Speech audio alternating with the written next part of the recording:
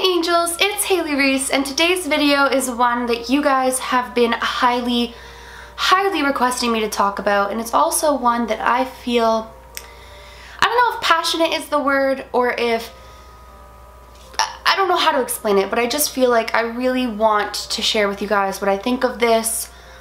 I really want to help anybody who might be going through something similar, or just kind of give my own personal opinion on it. I recognize I'm not an expert. I never try to make myself sound like I know more than anybody or I'm better than anybody, but I have had a lot of experience with spirits and the spirit world, as you guys know, and some of them have been better than others. And that, along with all of the research that I do daily into all things paranormal and unbelievable and supernatural, I think that I have a pretty good idea as to what's going on here. And even if I don't know exactly, I have so many things that I really want to say about this and talk about. But for a second, let's backtrack as to how this video even came about. So I've been so busy lately between getting ready to move, between trying to keep up with my 25 days of Reese-Miss, trying to keep my content interesting and consistent, and also working on Daily Haley for you guys, which is coming come the new year, that I haven't really been able to keep up with every single big YouTuber's new and latest videos. So the other day, I look at my Instagram, I look at my Instagram comments, I look at my Instagram DMs, I look at my tweets, I look at my emails, and everyone is asking me, Haley, what do you think of Tana Mongeau's video talking about her sleep paralysis and her experience with a demon-like entity? And I was like, wait, what are they talking about? And it wasn't until Loie texted me about an hour later saying, Haley, girl, have you seen Tana's latest video? And I said, no, I haven't yet. Like, everyone's asking me about it. What's it about? And she says, I really have a strong feeling this is 10 million % happening to her, and it's really scary. Now, Loie and I both, I would have to say, given everything we've been through in life, have a pretty good judgment of when someone's telling the truth. I mean, we have a pretty good judgment of character in general, I'd like to think. And while we're not always right on things, we normally go off of vibes. And I watched the video and she watched the video, and we both feel that this is a very real thing. And I got so many thoughts while watching this video that I just wanted to respond to you guys asking me and just get it off my chest what I think is going on, because it's very scary. So first and foremost, sleep paralysis doesn't always necessarily have to do with a demonic or evil entity. Some people experience sleep paralysis in other ways. Nonetheless, like Tana mentioned in her video, it is absolutely terrifying. It is bone chilling. I personally, luckily, have never experienced sleep paralysis. I have experienced astral projection and out-of-body experiences with things similar to what she's talking about, but I haven't physically experienced that pain of not being able to move your body but feeling everything. There's so many different things to do with this video that I want to touch on, but I'm going to kind of take you guys through my thought process as I was watching this video, because it goes to a lot of different places. I mean, it's pretty clear that Tana's mind is in a million different places concerning this, and that completely makes sense to me. So the first thing that I want to take note on is that Tana acknowledged in the first quarter of her video that this spirit or this thing would only be within her own bed, and when she would travel to different places or go elsewhere, this thing wouldn't follow her. Now it appears that it's getting stronger and it's happening when people are around more and things like that. But the first thing that I thought was, okay, so it's not really as bad as it could be. Like, a lot of times when a demon or a really demonic entity forms an attachment to somebody, be it because they want to possess them or torment them or whatever their goal is, they'll stick with them, and no matter where they go, no matter where they are, and they will continue following them. There's really no escaping it. So when she first said that it doesn't follow her to other places other than her own bed and her own place, I was like, whew, okay, so maybe it's just like that negative spirit she said the psychic twins felt that was murdered, and maybe he's an angry, bad intentioned, negative entity, and he's kind of formed an attachment to her, so when she's in the home, he gets on her and he wants to, or she, sorry, I think she mentioned it's a she. Whatever it is, this spirit wants to be on her and harming her while she's within the home. Later in the video, my opinion on this kind of changes, but that was my initial thought. Then it gets into the fact that Tana talks about how Ashley and her and all of their friends had actually saged the house, and things didn't get better, things got worse. And that is where I started to get concerned and started to feel like this could be a demonic entity, and let me tell you why.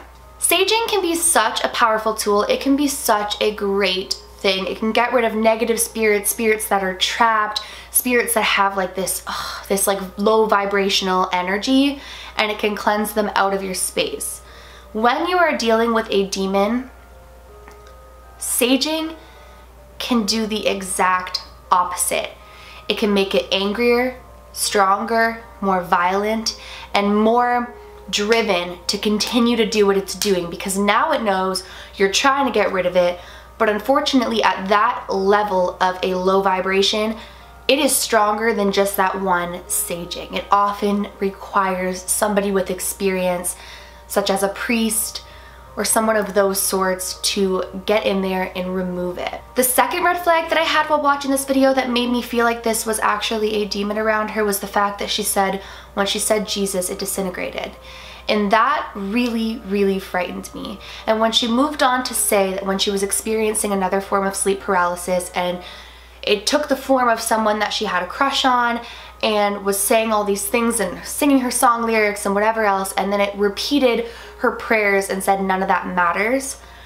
Demons tend to use a tactic of making you feel like your faith isn't strong enough. It's a form of beating you down, because there is nothing that a negative spirit, that a demonic presence, something like that loves more than to watch your faith lower. Somebody high in faith, somebody high in energy, somebody high in spirit, it becomes a challenge for a demon to possess and torment and get into their minds.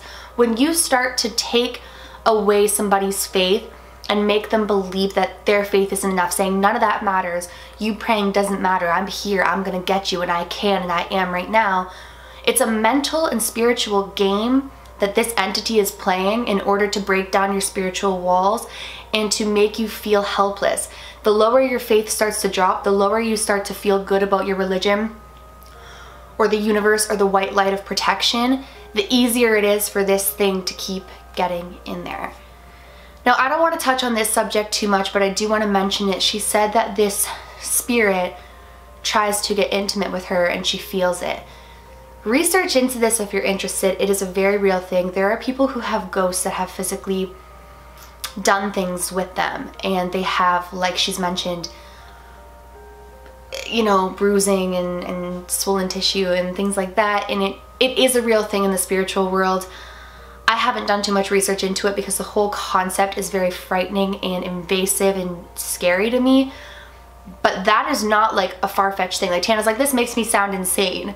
I understand, she's not me. She doesn't talk about this stuff on the internet all the time and sound insane, but if you look into the paranormal world, it's actually not as insane as you think, and people claim it happens very, very often. Now, the fact that Tana says all of this always happens either at 3 a.m. or 3:30 a.m. is alarming, because like I said, that is when the spiritual veil between their world and our world is the thinnest. And it's a time where negative entities grow stronger. And so it really does concern me and frighten me that that is when this is happening, and it really scares me that it's trying to use the tactic of manipulating her personal faith and trying to take away that one thing that is strong. I've told you guys before, in the spiritual world in general, intention is everything. If you truly believe that your white light is going to protect you and that this negative thing can't get into your white light, your power of intention, your high vibration in that faith is stronger than you even imagine. If the word Jesus to Tana is what makes her feel like God is with her and God is getting rid of this negative thing, that intention, that positive high vibration is getting rid of this thing, because Tana's spiritually strong. Now, I want to talk about the bruises quickly. I have had paranormal experiences where I have had marks on me as well. I haven't done the story time on it yet, but I talked about the fact that in my second childhood home, the one that my mom bought after I left my grandparents, there was like this really mean female spirit that lived in the basement, and I would never ever go down there alone, and if I did, I would run up those stairs so quick and I could like feel her behind me. I still think about this day, and I still get like really, really nervous about it. But one time I woke up in the night and I saw her standing next to my bed and she was angry and she grabbed onto my arm in this like dreamlike state, and I was like freaking out and screaming, and my mom came in and flicked the light on and she wasn't there. The next day my mom was like, Haley, what happened to your arm? Because mind you guys, I was young. It's not normal for fingerprints like this to be appearing on your arm. And my mom asked me about it and I was like, the woman in my room did it. And like I've always told you guys, my mom isn't really somebody who always likes to believe in the paranormal world. Ever since we stayed at the Ottawa jail hostel and she heard those voices in my footage, I think she has a new perspective on spirits now.